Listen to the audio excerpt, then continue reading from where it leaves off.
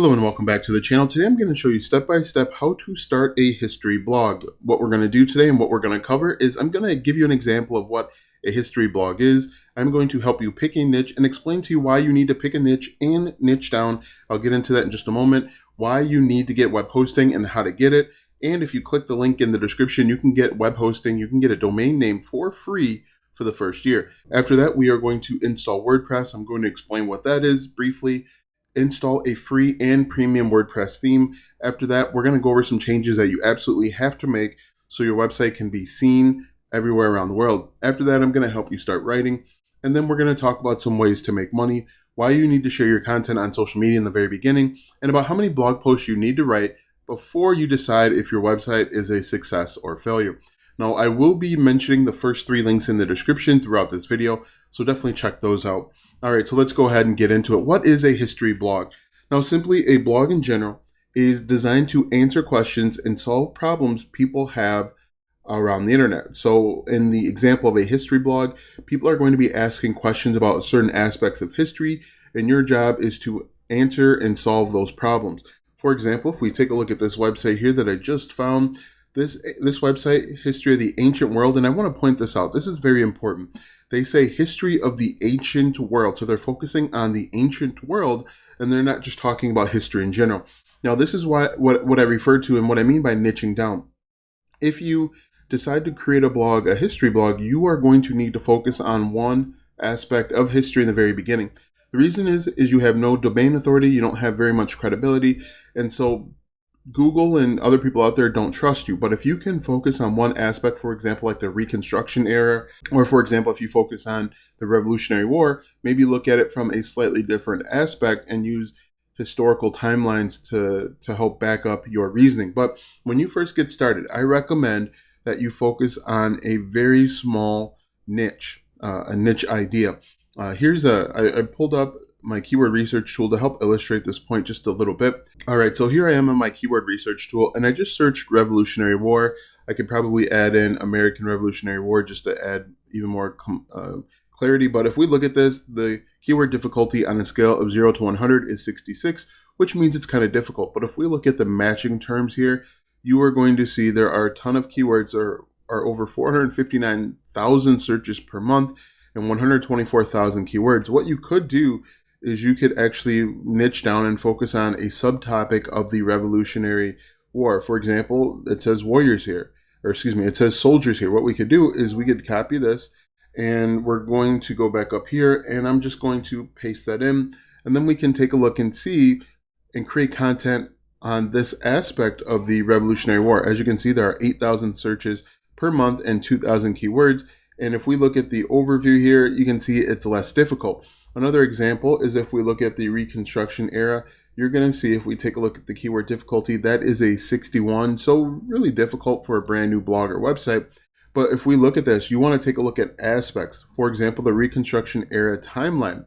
This could be a great way to get started. If you provide a step-by-step timeline, you might be in a better position to get some traction. If we look at the keywords here, there are 260 volumes, 260 searches per month. There are 53 keywords, but you could start here and start building up over time, building up your website or your domain. So when you first get started, it's not, in my opinion, it isn't going to be good enough just to focus on the Reconstruction era or the Revolutionary War. You want to focus on an aspect of the Revolutionary War. So that is, if I jump back over to my slide deck here, that is picking a niche and niching down. The next step is simply to get web hosting. Now, for your website to be seen on the internet, it needs to be hosted on a server. What you're going to do is you are going to work with a web hosting company, in this case, the first link in the description, and you are going to rent server space to get web hosting. Now, when you get web hosting with that first link in the description, you can get your domain name for free for the first year. Now, when it comes to your domain name, this website right here is called historyoftheancientworld.com. That's their domain name. That's how people refer to their website, and you'll get that for free for the first year. Now, what we're going to do next is we're actually going to walk through the entire process of getting web hosting and getting your WordPress website all set up. It takes about 10 minutes, but watch this as I walk you through it step by step. When you click that link, you'll be taken to this website where you'll go ahead and click Get Started. What I recommend is to click the first one on the far left, the basic plan, if you're just getting started with a website.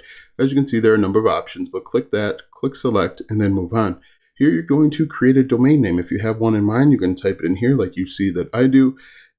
What I recommend is try and find a domain name that's going to be related to your niche. Now, what I do is I type in a domain name that I know is already taken. When it's taken, you're going to get this error. What you can then do is go back and try different domains.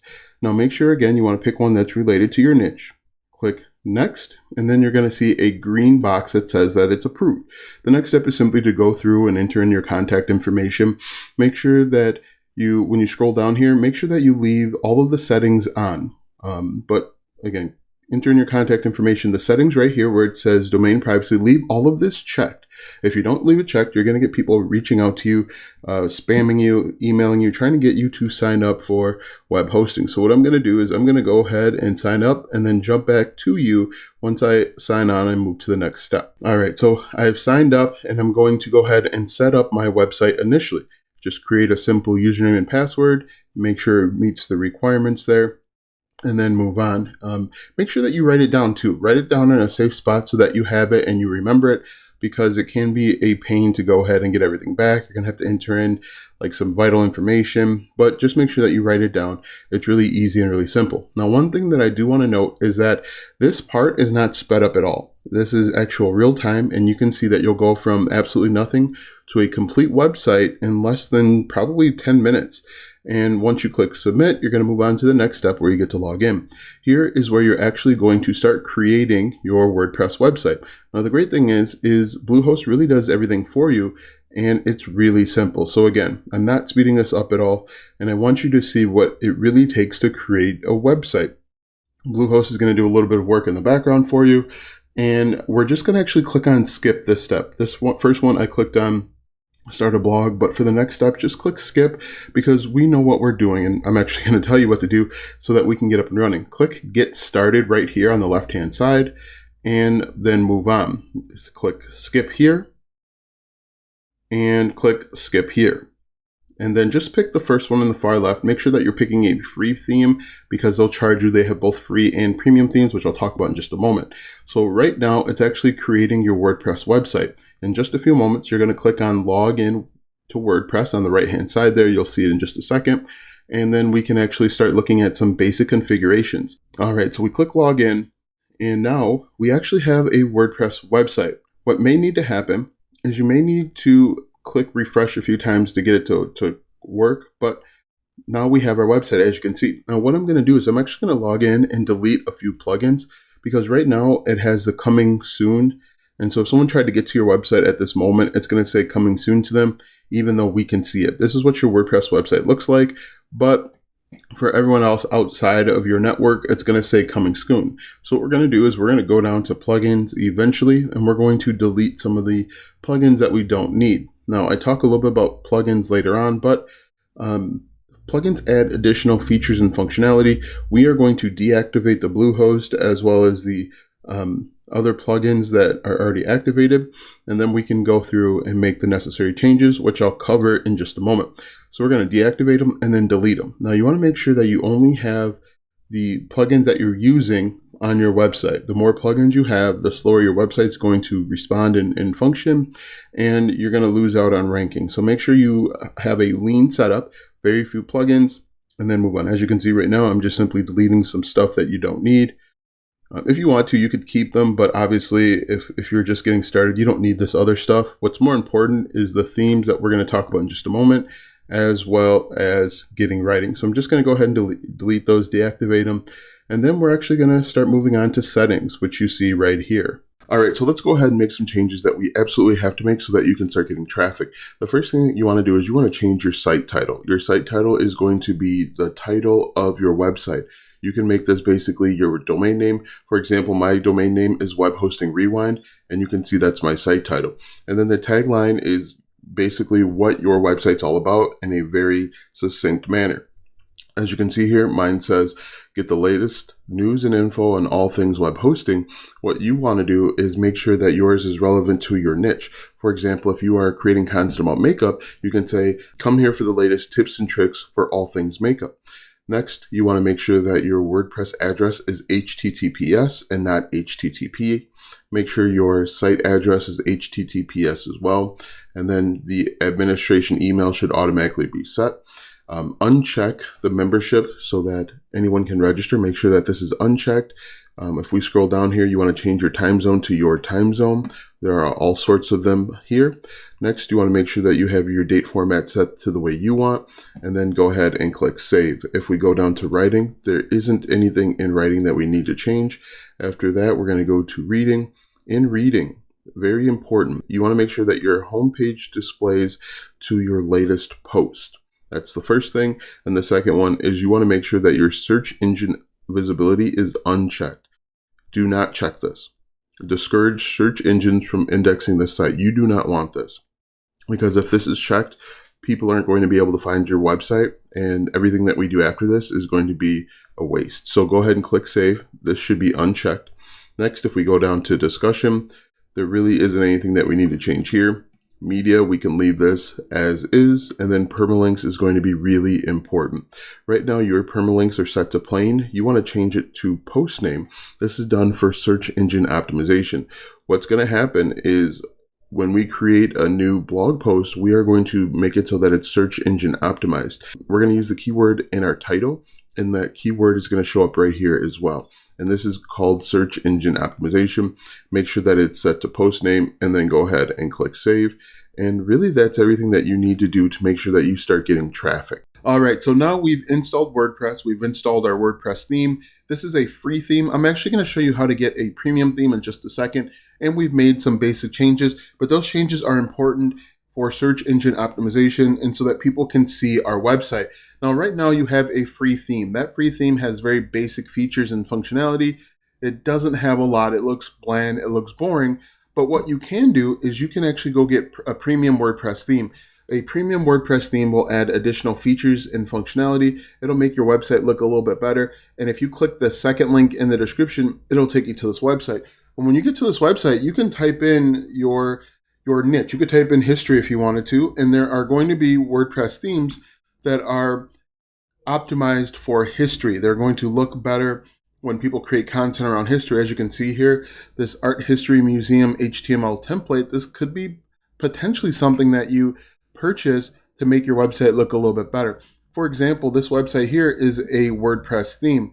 And as you can see, it has additional features. It looks a little bit better. It's configured in such a way that people are going to click on menu buttons and click on different articles. So what I recommend that you do is find one of these themes that you like, click this button to add it to your cart. When you add it to your cart, go ahead and purchase that theme, and you're going to get a zip file to download. Download that zip file right to your computer. Once you get that zip file, go ahead and unzip it, and you're going to see a second zip file. We're going to take that second zip file and we're actually going to install it into our WordPress website. And to do that, we're going to go back over to our WordPress dashboard. We're going to go to Appearance. We're going to click on Themes. When you click on Themes, you're going to click on Add New. When you click on Add New, you are going to click on Upload Theme. And then you're just going to drag and drop that second zip file right here, or you can manually find it by going to Choose File and then going to your Downloads folder. But regardless of what you do, you're going to click on Install Now and then click on Activate, and then you're going to have that brand new theme. Your website is going to look completely different, much better in my opinion, much more inviting. Now that we have the WordPress theme installed, we need to figure out how to start writing. And to do that, we are simply going to go over to Posts, All Posts, and then we are going to click on Add New. Now, a few questions that I always get when it comes to starting a blog or a website: how long should my blog post be? How do I start writing? And how many blog posts should I post before I give up? And I'm going to go ahead and answer those first two right now. How many words should my blog post be? And how do I start writing? Now, the length of your blog post should really be as long as it needs to be to fully answer the question. One way to figure out how long your blog post should be is if you look at the keywords, and these are examples of keywords. For example, a Reconstruction era timeline. We're going to copy this, jump back over, paste that in, and we're going to basically just look through here and see how long some of these blog posts are, or some of these posts are. If we look at this one's probably about, I would say maybe about 2,500 words. We scroll all the way to the bottom here, and we right click and we do a word counter. All right, so it's only 1,900 words. Now, what you'd want to do, what I recommend that you do, is skim through this article and see what's missing. If they are missing important information, that's going to go into your article or your blog post. And that actually will lead us to how to start writing. When I start writing, I like to follow the simple format that we learned in elementary school, the simple brainstorming method. So I'll do we'll do who, what, when, where, why, and how. And what I'll do before I write an actual sentence, I'll spend about 10 or 15 minutes simply brainstorming different questions to ask. And what I'll do here is I'm just going to paste this in, and all of the questions that I ask are going to be related to our keyword. Now, these are keywords that people are coming to the internet and searching. For example, a student that might be learning about the Reconstruction era, he's going to type in Reconstruction era timeline. And so what we're going to do is we are simply going to just write down questions that are going to be related to our keyword. So we could say, what is the Reconstruction era? Now, when you're doing this, as you know, you should not really focus on getting words spelled correctly, as it's more important to get your thoughts down on paper, or in this case computer, so that you can go back and actually fill in everything later. So I'm just going to do, what is the Recon era? When did the Recon era start? When did the Recon era end? What are some of the most important points? What are the most important aspects of the Recon era? And again, we're doing this to help us develop our blog post. This is going to help us write longer, and it's also going to help us write faster because we have all of our thoughts down on paper. We're just going to go in and fill in the blanks. Maybe, why did the Recon era start? Why did the Recon era start? And so on. And what we're going to do is, once we have spent 10 or 15 minutes brainstorming, obviously you can spend more if you want to, but you're going to wind up getting bogged down and spending too much time on brainstorming. What you're going to do is you're going to keep the questions that are good and that pertain to your actual keyword, and you're going to delete everything else. And what we're going to do is we're going to turn these into H2s. And when we turn them into H2s, we're simply going to go back and we're going to answer the questions. We're going to say, the Recon era began in this location in this date. Okay. And what we're just going to do is we're going to go through, we're going to answer all these questions, and our blog post is going to wind up really, really strong because we are answering basic questions that people are asking. Now, you want to make sure, obviously, that this is capitalized, but once you are done, you are going to go ahead and click the publish button. Once you click publish, your website, your blog is going to be available for the entire world to see and hear. And if we jump back over here to our slide deck, go on to the next page here, we are going to talk about different ways to make money. Now, the great thing with a website and a blog is there are a bunch of ways to make money. One of the easiest ways to make money is simply to run an ad. As you can see, this is a giant ad right on the History Channel website. And if you were to click this ad, the History Channel will make some money. Now, in the beginning, you can get started with a ad network called Google Ads or Google AdSense. Simply type that in there.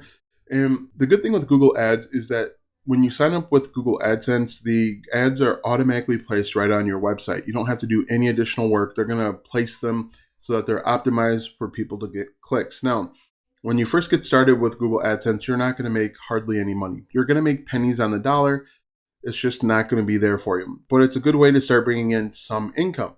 Once you start getting traffic, 10,000, 100,000, a million page views per month, you can move on to other premium ad networks like Ezoic, AdThrive, Media.net, and you're going to make a lot more money. But running paid ads is just one way to make money. Another good way is with affiliate marketing. Affiliate marketing is simply recommending or selling other people's products and services. The way that affiliate marketing works is you're going to work with a different company. For example, Amazon has an affiliate program. You are going to get your affiliate links from them once you sign up to become an affiliate. And when people click on your affiliate links and buy the product, you can get paid a commission. Now, it's vitally important that when you get started with affiliate marketing, you have to find products that are going to be congruent or are going to be relevant to your target audience. If your audience is interested in history, you've got to find stuff that they're going to want to click on. Maybe there are books out there. Maybe there are subscriptions to Encyclopedia Britannica, if they still have that. You have to go out and find things that are congruent and relevant. If you don't find things that are congruent, your customers will not click and buy, and you won't make any affiliate commissions. But affiliate marketing is just one way. Another way that you can make money is selling physical or digital products. If you have your own website here, let me see, I think this guy does it. They have videos. They might actually be selling courses, or they could sell courses. They could sell courses right from their website. And this could be a good way to make money. If we look over here on the right-hand side, they might be selling some stuff.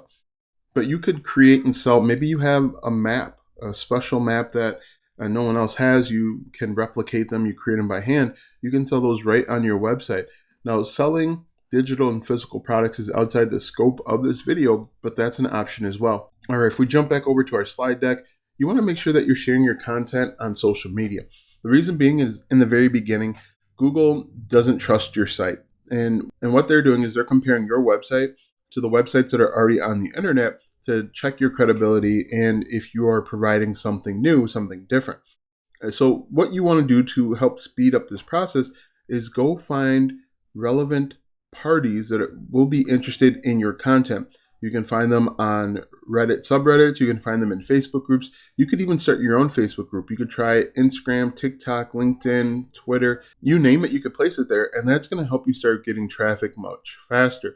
But I recommend go ahead and posting all of your new blog posts right on social media. And that brings me to my final thought today. How many blog posts should you write? Now, in my opinion, I think that you should write 50 blog posts before you determine if your website is a success or failure. While 50 may seem like a lot, there are millions of blogs out there, and most of these blogs don't get past 10 blog posts. Even more don't get past 25. And so what you want to do is show yourself and show Google that you are here for the long term and that you are committed to providing value, adding value to the internet in the form of consistent blog posts. Also, when you create 50 blog posts, you are going to become a subject matter expert in the history niche that you pick. And you're going to start ranking and creating a bunch of rank for yourself in a small number of keywords. You're going to wind up being a big fish in a small pond. That will help you rank and start getting some domain authority. What I recommend that you do is write every day for 50 days or write every other day for 100 days until you get 50 blog posts. Now, once you get that 50, you can take a step back and see if your blog is getting traction. Now, I want you to check out the 3 links in the description that I referenced throughout this video.